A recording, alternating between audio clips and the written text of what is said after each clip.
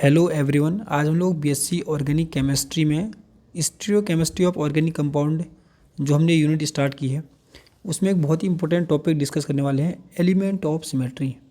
ठीक है, अब देखो एलिमेंट ऑफ सिमेट्री से हमको क्या पता चलने वाला है तो वो मैं आपको बता देता हूँ। ठीक है, तो देखो जैसे हमको पता है कि जो मॉलिक्यूल्स होते हैं वो ऑप्टिकली एक्टिव भी हो सकते हैं। ऑप्टिकली एक्टिव मॉलिक्यूल क्या करते हैं, जो पीपीएल को रोटेट कर देते हैं, प्लेन ऑफ पोलराइज्ड लाइट को रोटेट कर देते हैं। ठीक है, और जो ऑप्टिकली इनएक्टिव होते हैं वो पीपीएल को रोटेट नहीं कर पाते हैं, ये तो हमको पता है। ठीक है, तो जो एलिमेंट ऑफ सिमेट्री होती है, एलिमेंट ऑफ सिमेट्री अगर किसी मॉलिक्यूल में एलिमेंट ऑफ सिमेट्री पाई जाती है, इन तीनों में से कोई एलिमेंट ऑफ सिमेट्री किसी मॉलिक्यूल में पाई जाती है तो जो मॉलिक्यूल होता है ऑप्टिकली इनएक्टिव होता है। क्या होता है? ऑप्टिकली इनएक्टिव होता है।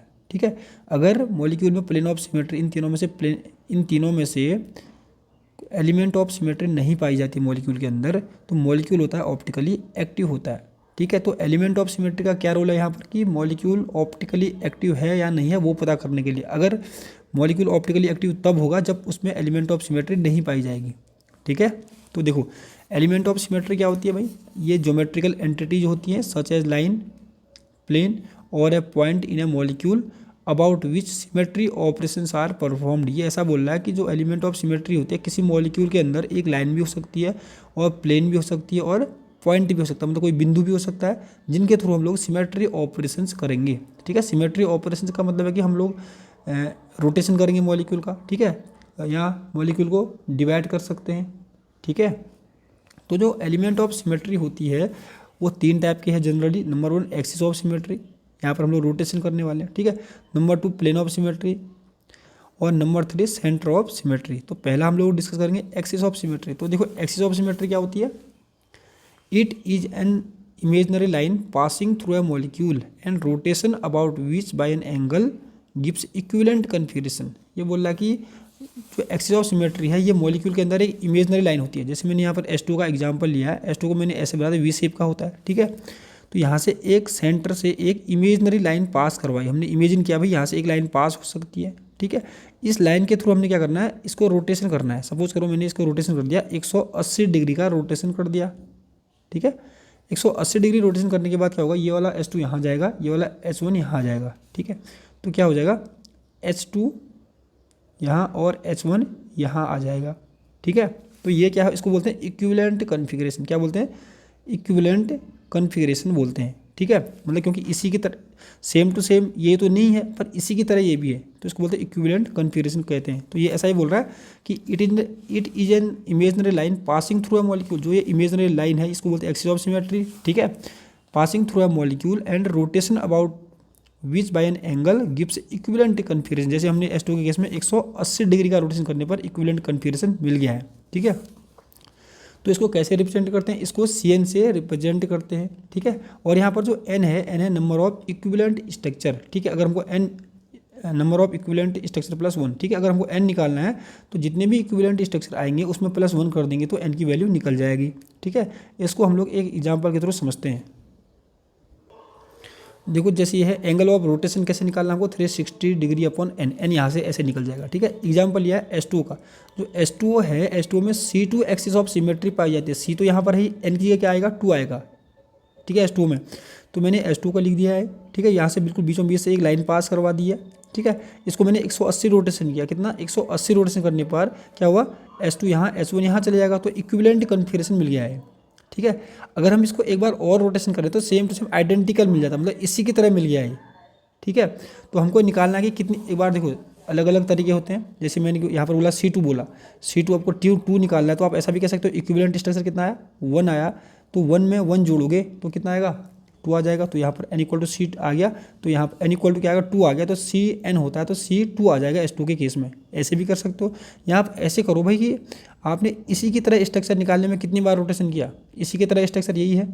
ठीक है, इसका सेम स्ट्रक्चर ये है तो आइडेंटिकल बोला इसको। ठीक है, तो इससे ये निकालने के लिए आपने 2 बार रोटेशन किया, एक बार तो 180 यहाँ पर रोटेशन किया, एक बार 180 यहाँ पर रोटेशन किया, तो 2 बार रोटेशन किया तो C2 हो गया।